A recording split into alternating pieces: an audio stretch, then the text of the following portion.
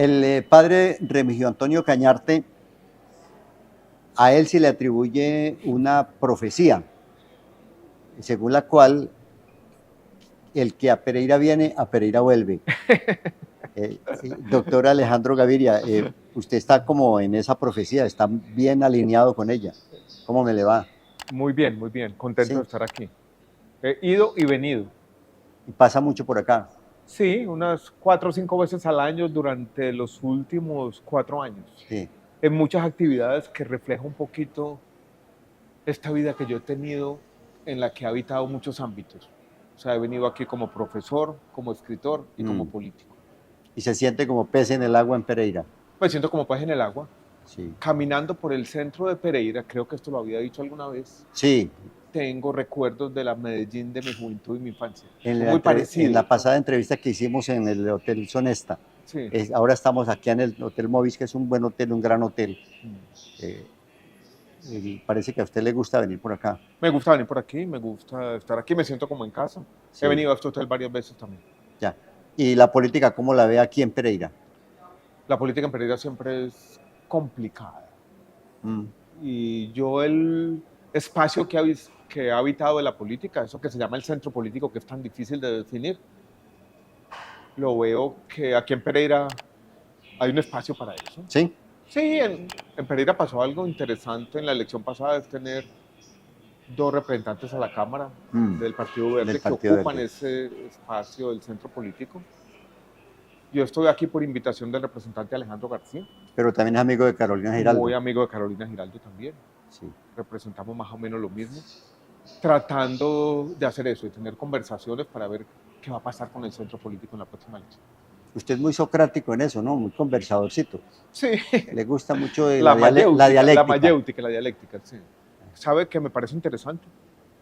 Creo en la importancia de la conversación, ¿sí?, más que del debate y de la controversia. Yo creo que en la conversación puede pasar una cosa que hoy en día nuestra democracia moderna está perdiendo. Uno cambia de opinión y uno aprende. El debate, la controversia, la polémica es simplemente uno aferrarse a sus ideas y estar ahí. Y hay una palabra que me gusta, porfiar. Ahí. Jorge Luis Borges decía que toda polémica es inútil, porque había una parte y una contraparte y ponerlos de acuerdo pues era una pérdida de tiempo. No pasa nada. En los Estados Unidos tiene una frase que me gusta, ¿sí?, que dicen, genera más calor que luz. Más calor que luz. Vamos a una pausa, doctor Alejandro Gaviria, con la complacencia por tenerlo acá en el programa de nuevo, para hablar de la innovación desde el centro y que nos explique un poco cómo se hace innovación desde el centro y en qué consiste el centro, cómo visualiza usted qué es el centro para ilustración de nuestra teleaudiencia. Ya regresamos. Oye, ¿y si vamos adelante en cambio de retroceder? Si al amor le ponemos locura y entendemos el poder de lo simple, pasando más momentos juntos, porque las cosas que importan merecen su tiempo. Estamos seguros de que aquí te pasan más cosas buenas que a los demás. Parque Consotá, un lugar para ser feliz y darse cuenta. Volvemos de la pausa comercial, ¿no? Me recordó a otros tiempos. Sí. Me gustaba eso, no vamos a hacer una pausa, ¿cierto? Una pausa en la acción. Yo creo que el centro tiene que innovar sobre todo en la forma. Uno de los problemas del centro, y es una conversación que se está dando globalmente, leí un artículo la semana pasada hablando de la elección en Canadá, donde un centrista ganó. Y al ganar este centrista, lo que se dijo fue, este man fue capaz de emocionar desde el centro. ¿Y sabe cómo lo hizo? Siendo agresivo, haciendo sus puntos más rápido y no evadiendo el debate, y ahí sí metiéndose en una especie de cuadrilátero. Y eso va a ser una parte de nuestra conversación. ¿Puede el centro emocionar o no? ¿Puede el centro, que ha representado el cambio tranquilo, la búsqueda de consensos, la moderación, lo que me gusta llamar a mí el reformismo democrático, puede tener un lugar en medio de la polarización política, de la locura a la que nos está llevando, entre otras cosas, las redes sociales? Esa va a ser parte de la conversación.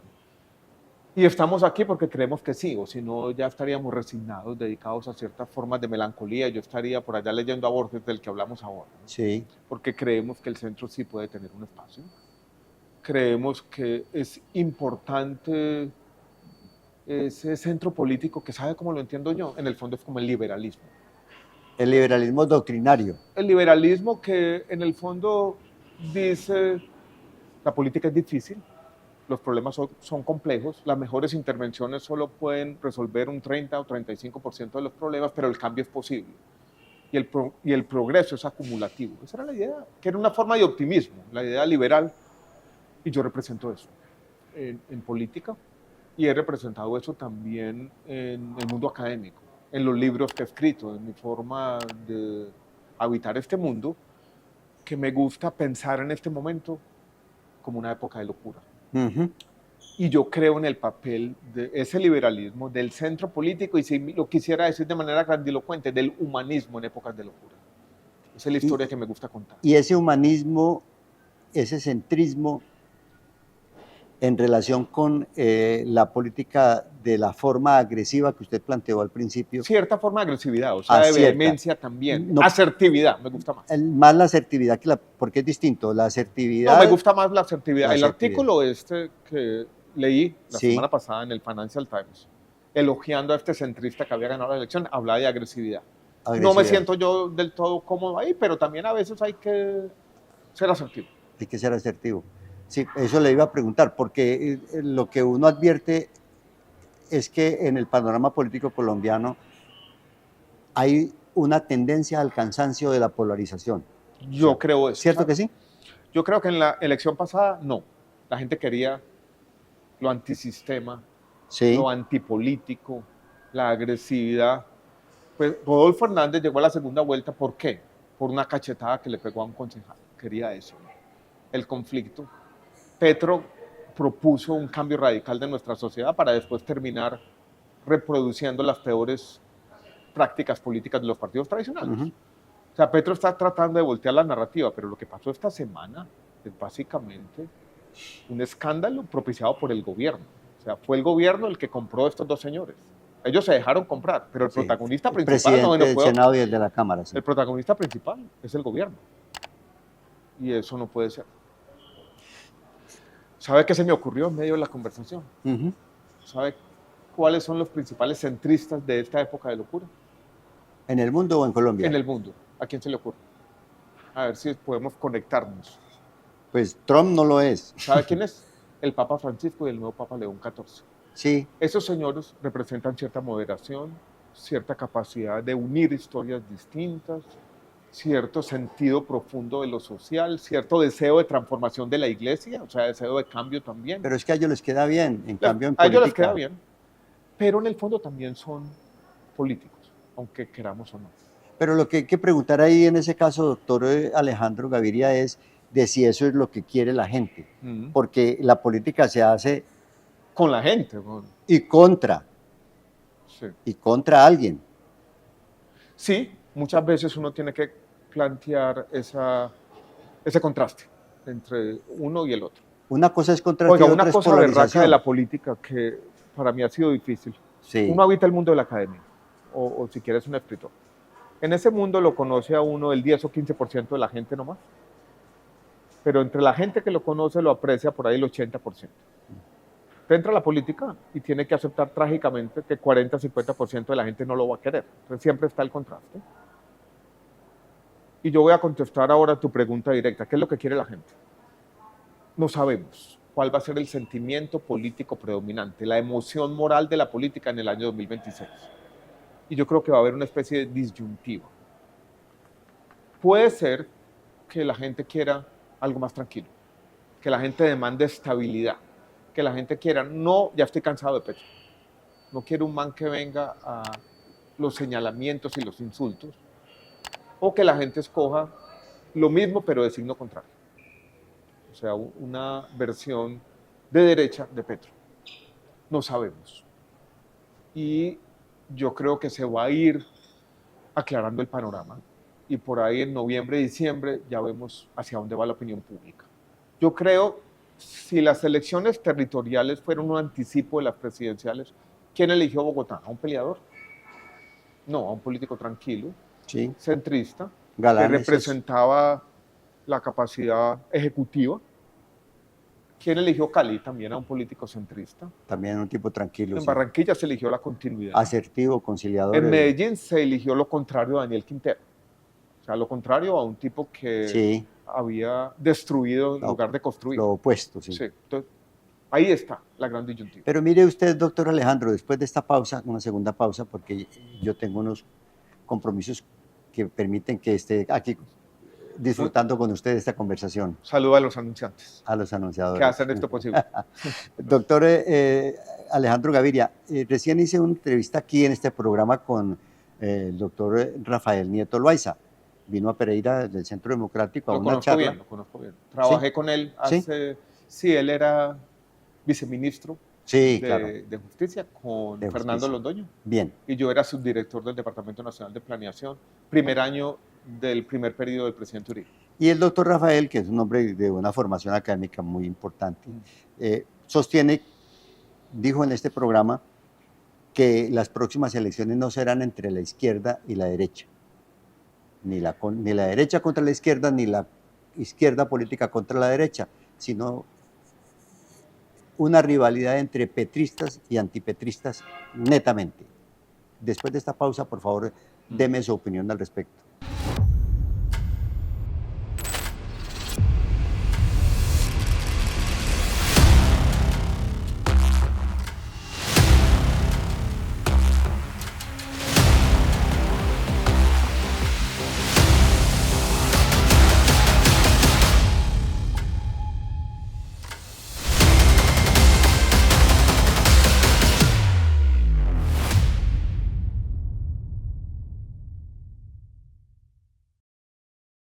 El robo de energía no solo es un delito, es una amenaza mortal. Cuando se manipula energía sin conocimiento, se puede desencadenar una descarga letal, acabando con vidas en un instante. No permitas que la imprudencia se convierta en tragedia. Si tienes una conexión ilegal, denúnciala a tiempo. Llama al 322-896-6935 y reporta de manera anónima. Energía de Pereira. Un mensaje de Energía de Pereira. Me parece un poco extraña esa opinión de Rafael Nieto, porque ¿Sí? Sí, porque de alguna manera pues el petrismo representa a la izquierda y el antipetrismo representa a la derecha. Ajá.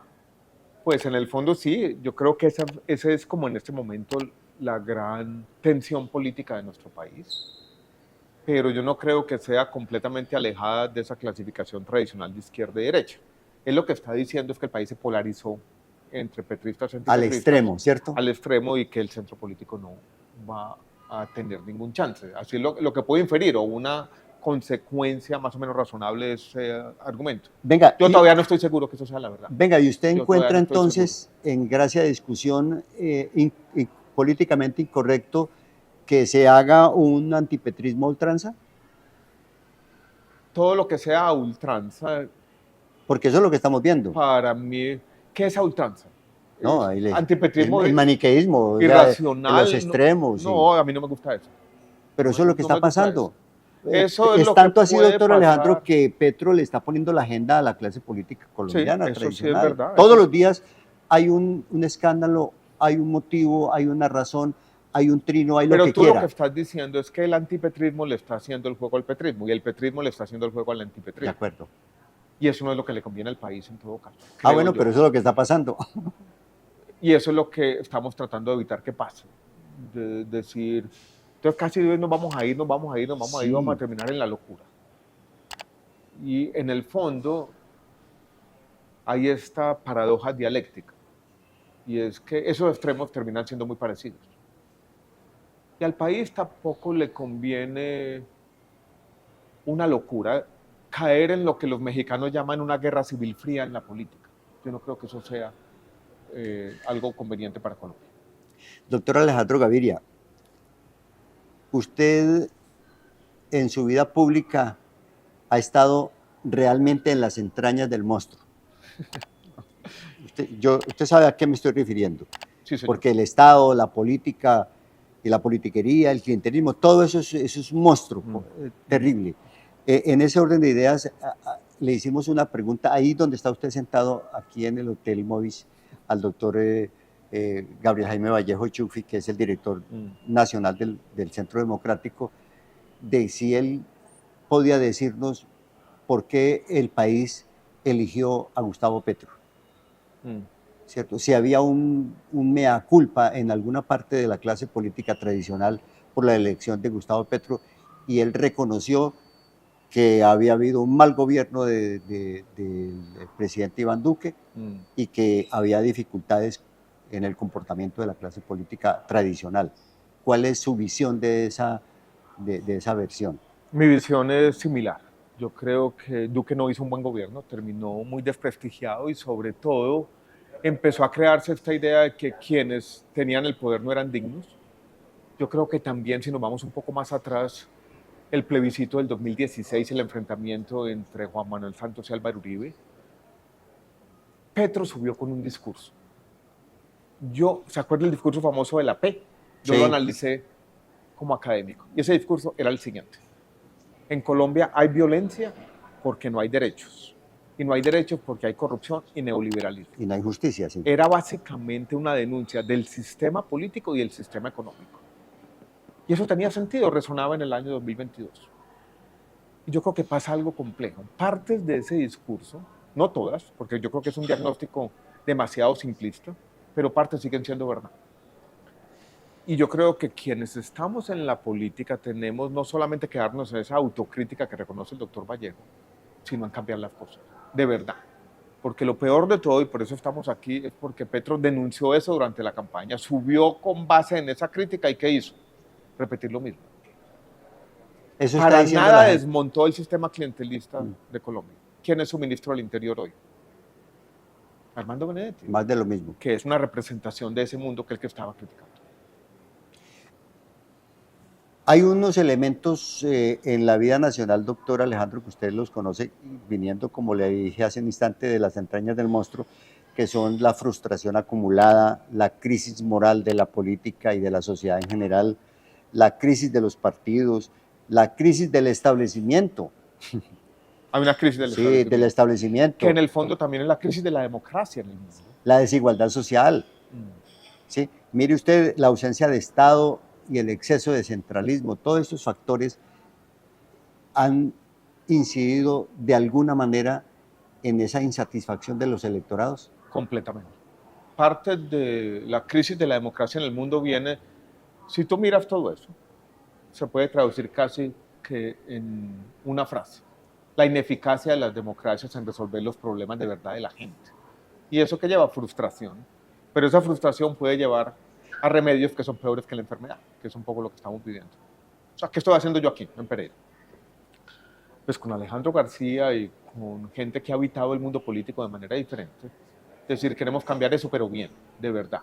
No repetir la historia de Petro, que fue un cambio retórico para empeorar. O sea, hay esperanza, hay luz en la poterna. Pues hermano, yo nunca me he querido resignar ante la posibilidad de un cambio, de hacer nuestras sociedades, a mí me gusta decirlo de esta manera, un poco más dignas, más decentes y más justas, es posible. Que vamos a resolver todos los problemas. Yo aprendí hace mucho tiempo, hace 25 años, cuando estaba terminando mi tesis de doctorado, que las mejores intervenciones desde la política resuelven el 20% de los problemas. Pero si uno va acumulando soluciones eficaces, la sociedad va transformando para bien. Y en todo caso, este país que vemos por aquí, tampoco podemos decir que todo ha sido malo. Usted sabe que la economía colombiana es la economía grande de América Latina que más ha crecido en el siglo XXI, que hace 25 años este país era un estado fallido y que la tasa de homicidios pasó de 80 a 25 y que hemos creado historias empresariales, educativas, sociales que valen la pena. Yo también he sido protagonista de algo de eso. Sí. Y creo, ¿sabe cómo me gusta llamarlo? Posibilismo. Posibilismo. Posibilismo, creo en eso. O sea, vamos para el cielo, pero vamos llorando. No, vamos para el cielo a paso lento, pero seguro. Doctor Alejandro, muchas gracias por aceptar esta invitación. Lo esperamos de nuevo acá en Pereira para que se cumpla la profecía del Padre Cañarte. Volveré nuevamente, así tal cual como empezamos la Muchas gracias a Alejandro Gaviria, un abrazo. exministro de Estado, aquí en Pereira, para una charla importante sobre la política de centro. A ustedes gracias por la sintonía y por la confianza. Nos vemos en el próximo programa.